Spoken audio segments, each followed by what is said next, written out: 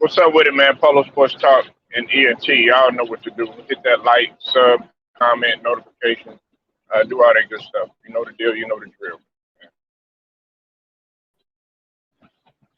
Last night, of course, I paid attention to this game even more so than the 60 game. You know, because I had some points that needed to be proven. Okay. Now, the Dallas Mavericks, they defeated the Spurs 109 to 108. Um, you know, the Spurs on their end in the losing effort, Murray came down with 23. Uh, Vassell came down with 21, and White had 19, and Johnson, K. Johnson had 16. The Mavs pretty much spread it around. Jalen Brunson had 31, 3, and 10, and not 10 assists, 10 rebounds. And Luca came on with 23, 7, and 12. Tim Hardaway Jr. had 23. And Boban came down with 17. Big up to Boban. Look, I'm making this video because it's proven more so that I'm right about Luca's inability to use his team. Now, he did somewhat tonight or last night. He did do that. Okay, but it makes me proven of the statement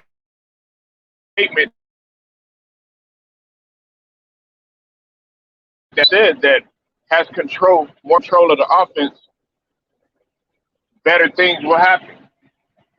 Jalen Brunson was the one that brought them back last night in a crucial situation. Yeah, I know it was against the Spurs and everything like that, but the Spurs can't be slept on either. They're a young, athletic, and hungry team.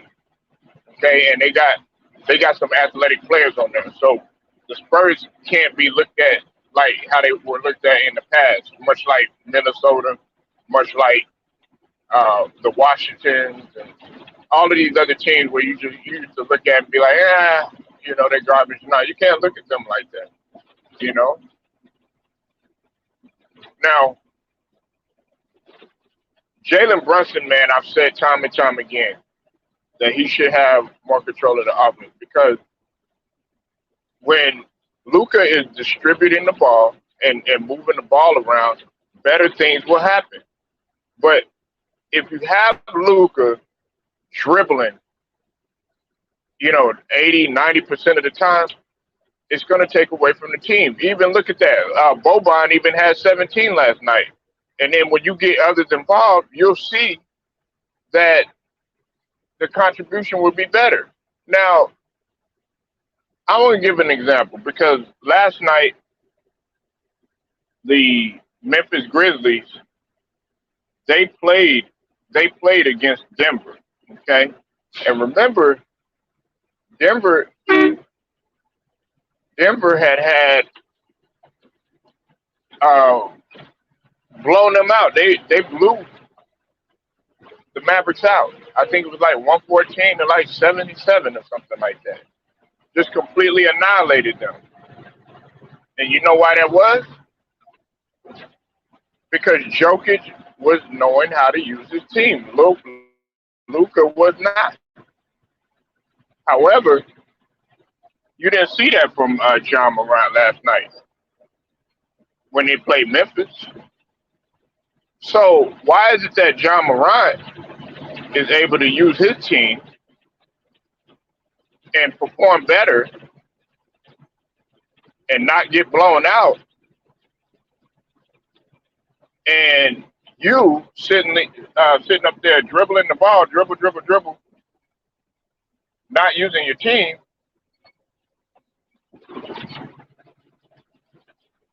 and y'all get blown off the court? That's what my question is. because Memphis ended up winning that game.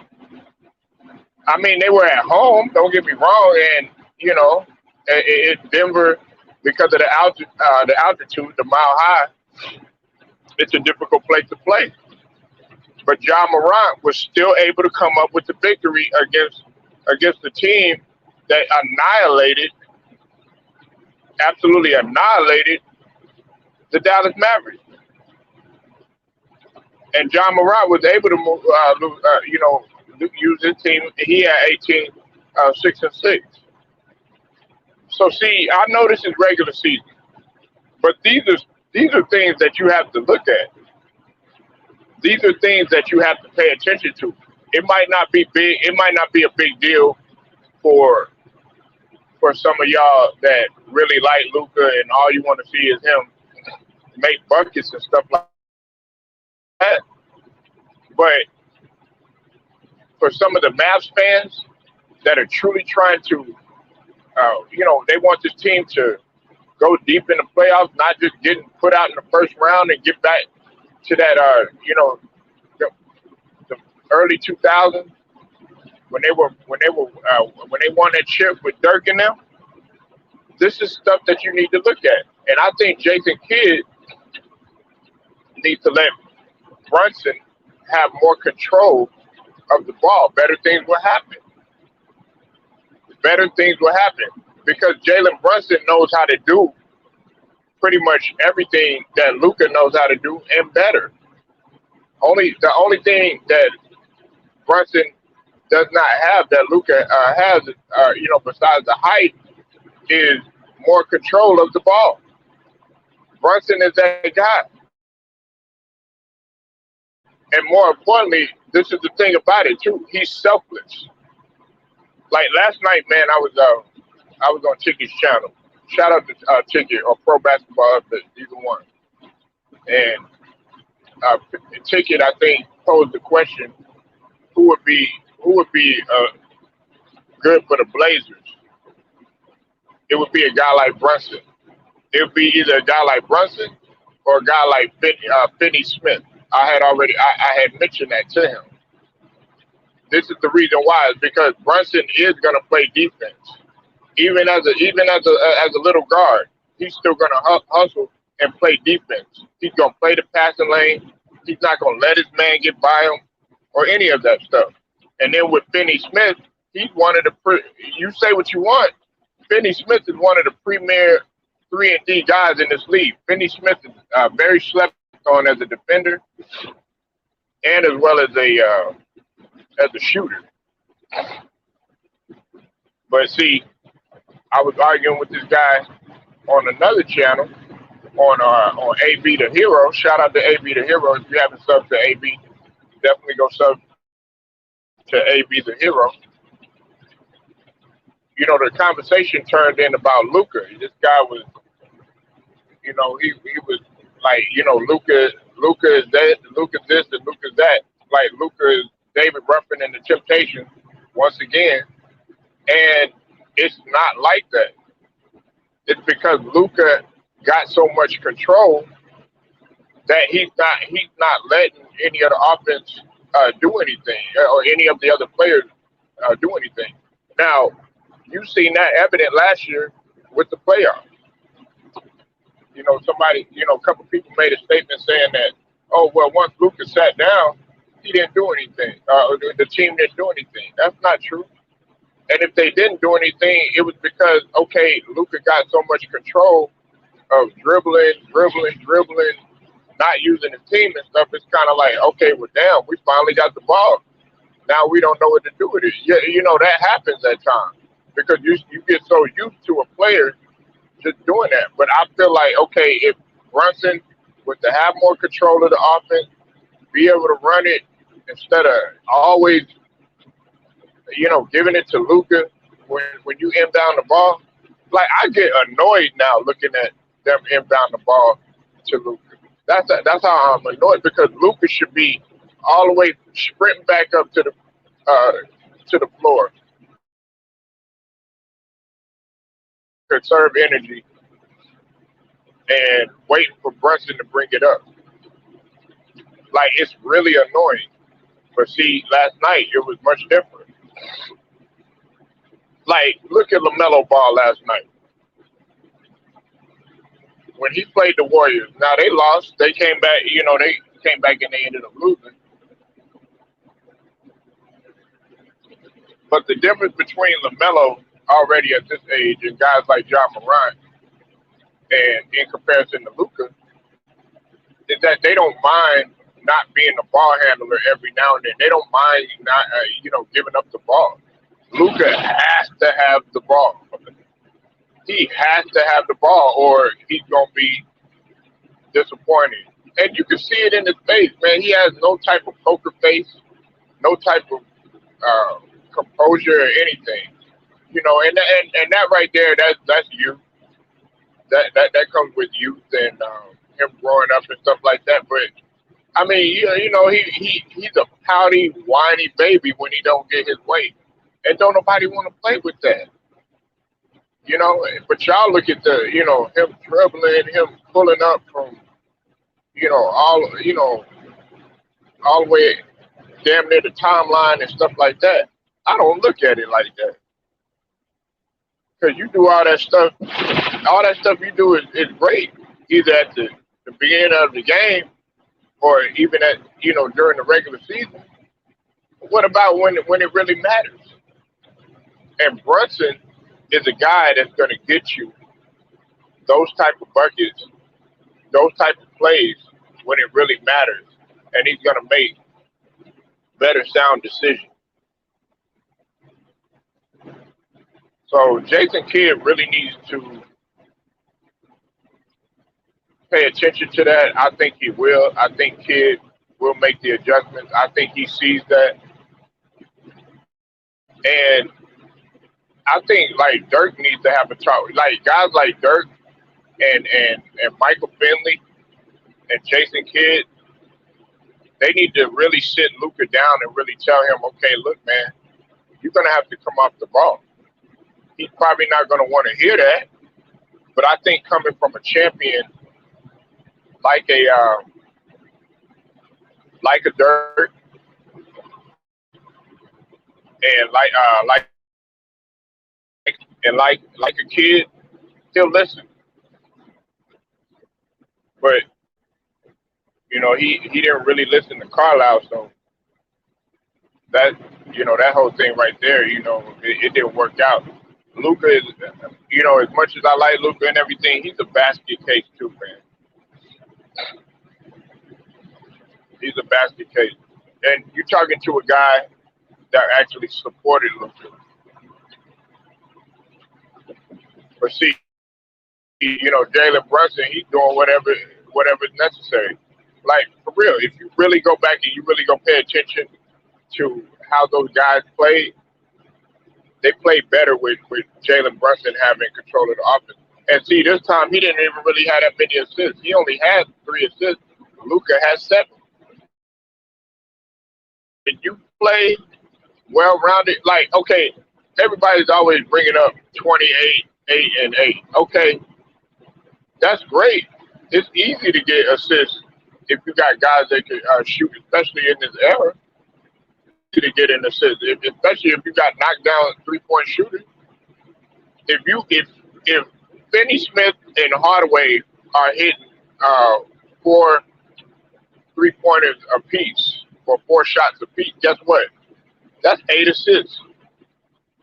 And then you feed the ball into either Boban or one of your other big guys like Powell or Kristoff when he comes back. That's 10 assists right there. So you have to put logic behind what you're saying. Well, he got assists and all this other stuff. Okay, yeah, that's great. But can you distribute the ball when it really matters and when the game is on the line and make that right play at the right moment? And Luka hasn't quite figured out how to do that. He's so concerned about hitting the shots and stuff like that. You can't have it your way all the time, man. This ain't Europe like that, man. You really got other guys can score and they bring value. But see, all y'all look at is Luka and the band. And it's not like that. It's not like that because Tim Hardaway Jr. can hit a shot in clutch moments, just like Jalen Brunson. He can make the correct play in crucial moments,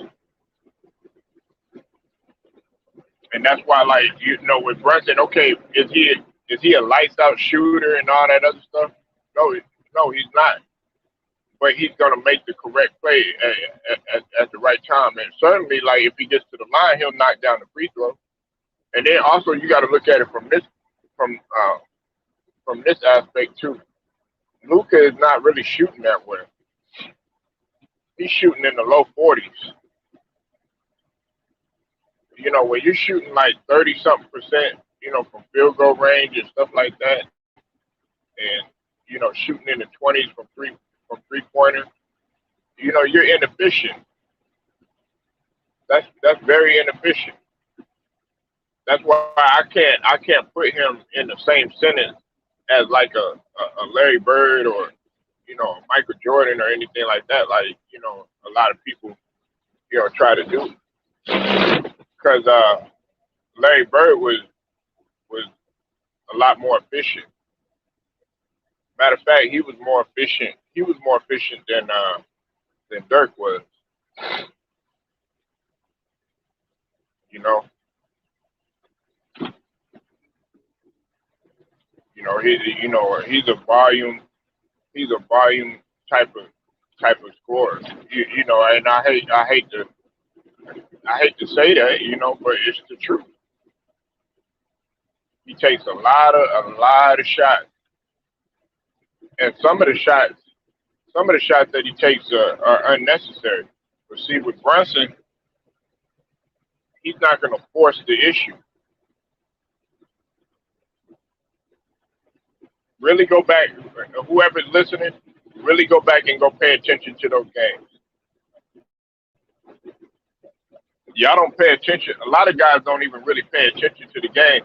They want to see somebody, get dunked on or somebody get crossed up or, Jordan Poole was doing last night, pulling up from damn near the half court line and all that other bullshit.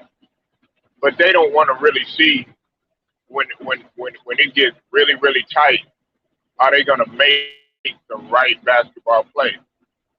Even though, as much as they get on LeBron about, him doing this and him doing that and everything like that, look, when he played against Houston, when he played against H-Town, yeah, okay, there was a mediocre team. Oh, well, you're still in the NBA. Any team could beat you at any given night. He brought the team back, and he scored, 14 points and everything. And the reason why I bring him up is because while I'm critical of him being a clutch player in clutch situations and stuff like that, there's truth to actually making the right play at the right time. But I'm not going to be like a Ben Simmons and be like, oh, well, you know what? I'm going to pass up on a wide open layup or a Chris Middleton or something like that, making ill-advised decisions.